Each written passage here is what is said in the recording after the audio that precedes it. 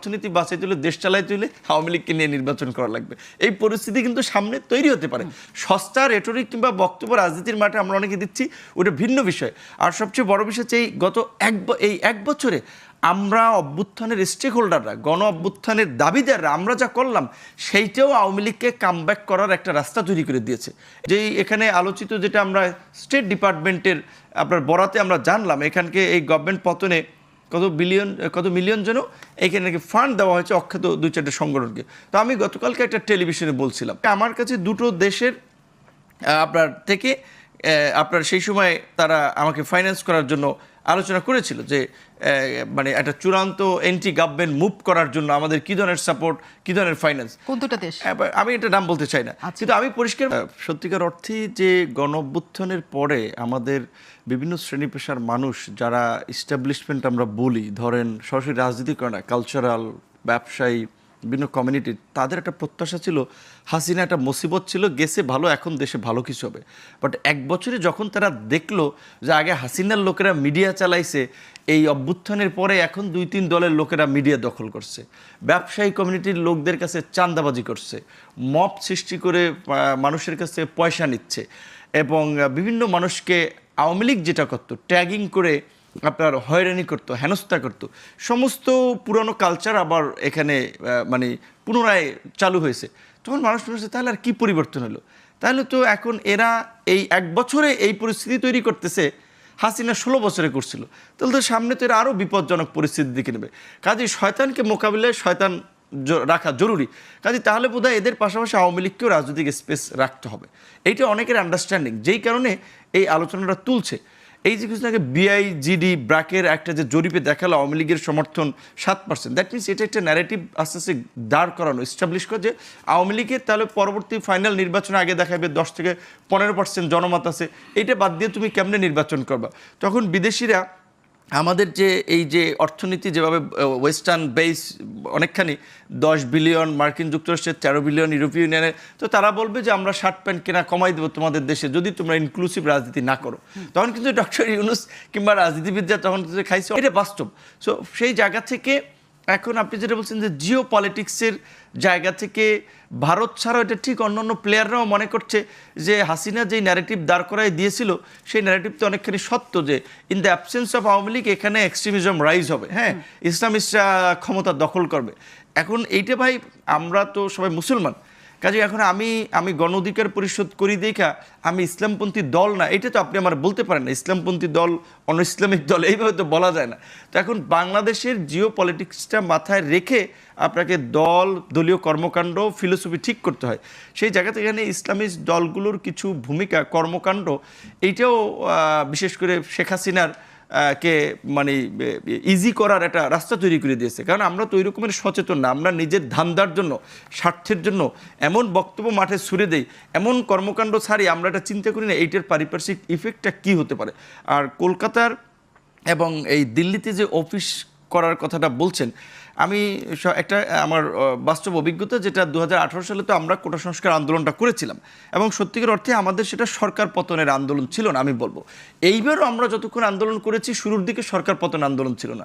যখন আমরা দেখলাম এইভাবে গুলি করে নির্বিচারে মানুষ মারতেছে এবং তারা মেরেই আসলে কার্যত ক্ষমতাকে চিরস্থায়ী করতে চায় যাতে ভবিষ্যতে কোনো রাজনৈতিক আন্দোলনও না গড়ে ওঠে, তখন আমরা রাজনৈতিক দলসমূহের সাথে আলাপ আলোচনা করে একটা গণ আন্দোলন হিসেবে এটাকে দাঁড় করানোর চেষ্টা করেছি।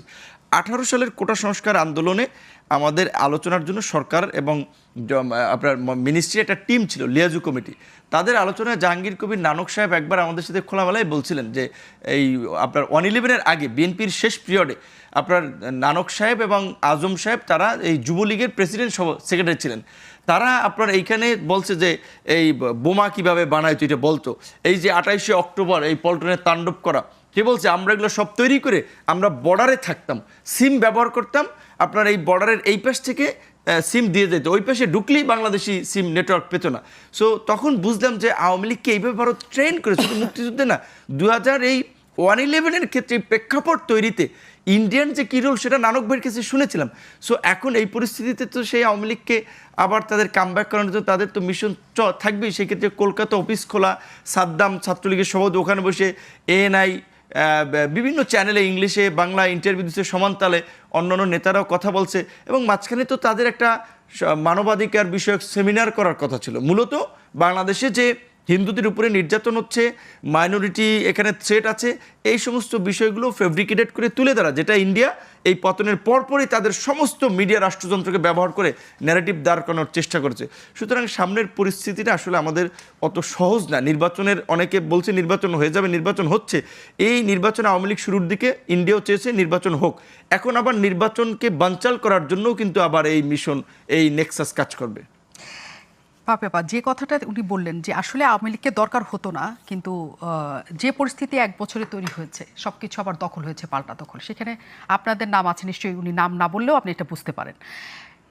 এই যে আপনাদের যে অবস্থা, যে আপনাদের কর্মকাণ্ডের জন্য, ইসলামী দলগুলোর কর্মকাণ্ডের জন্য, যে ধরেন যেই তরুণদেরকে ঘিরে মানুষ একটা শুভ্র, একটা সুপ্রভাতের স্বপ্ন দেখেছিল, এই গুটিকে তরুণরা যে ক্ষমতা পেয়ে কি করলো, শেখ হাসিনার পিয়নের আমরা 400 কোটি টাকার গল্প শুনি, শেখ হাসিনা 16 বছর একটানা ক্ষমতায়, ডিকটেটর।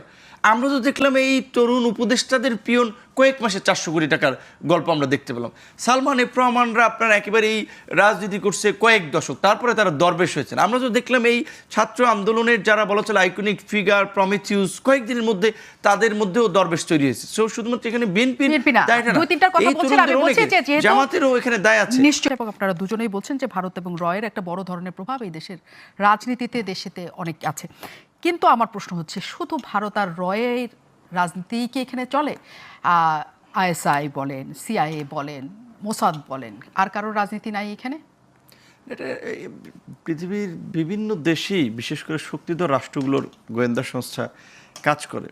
অবশ্যই বাংলাদেশে আপনার গণতান্ত্রিক প্রক্রিয়ায় নির্বাচনের পাশাপাশি বিভিন্ন সময় সরকার পরিবর্তনে বিদেশি রাষ্ট্রগুলোর অনেক ক্ষেত্রে ভূমিকা আছে। তবে অন্যদের থেকে বাংলাদেশের জিও পলিটিক্সের জায়গা থেকে, ধরেন ইন্ডিয়ার সাথে যাদের অ্যালাইনমেন্ট, সেই জায়গা থেকে ইন্ডিয়াকেই অনেকে সমর্থন করে, বা পলিসিটা ইন্ডিয়ার সাথেই প্রো ইন্ডিয়ান একটা পলিসি নেয়।